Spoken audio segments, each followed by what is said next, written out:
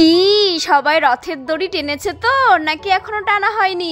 আমি কিন্তু আজকে বেরিয়ে পড়েছি রথ দেখতে, মানে রথ টানতে আর কি। প্রত্যেক বছরের মতো এবারও কিন্তু একবারে মিস করিনি। তো দেখতেই পাচ্ছ সঙ্গীগণগুলোকে তোমরা সবাই চিনতে পেরেছো? হ্যাঁ হ্যাঁ, এদের সাথেই তো প্রত্যেকবার যাই। হ্যাঁ, এরা হচ্ছে আমার অনেক কাছের সব বুনু, আর এখানে আমি একমাত্র বড়। তো যাই হোক, সব বুনুদেরকে নিয়ে ফুল ঠাকুর বৃষ্টি নিয়ে যাও একটু, যাতে নাচতে পারি আমরা।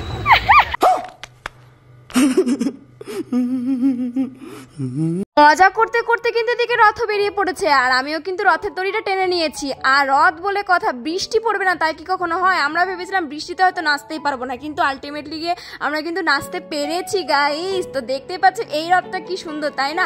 আর জগন্নাথ দেবকে কত মিষ্টি লাগছে দেখতে। আর তোমরা যারা গাজলে আসনি, অবশ্যই গাজলের রথটা ভিজিট করে যেও, তোমরা প্রেমে পড়ে যাবা, সত্যিকারের বলছি।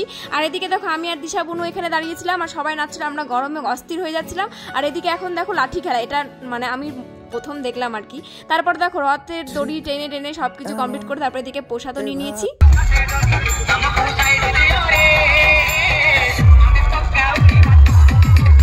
তারপরে তো আমার দাদাভাই এসছে, দাদাভাইয়ের ব্লগটা আমি তোমাদের সাথে পরে শেয়ার করবো। তো এদিকে খেলাম মোমো খেতে খেতে তারপরে আমরা ভাবলাম যে চলো মেলায় যাই। আর মেলা গিয়ে তো দেখছি পুরো গিজ গিজ।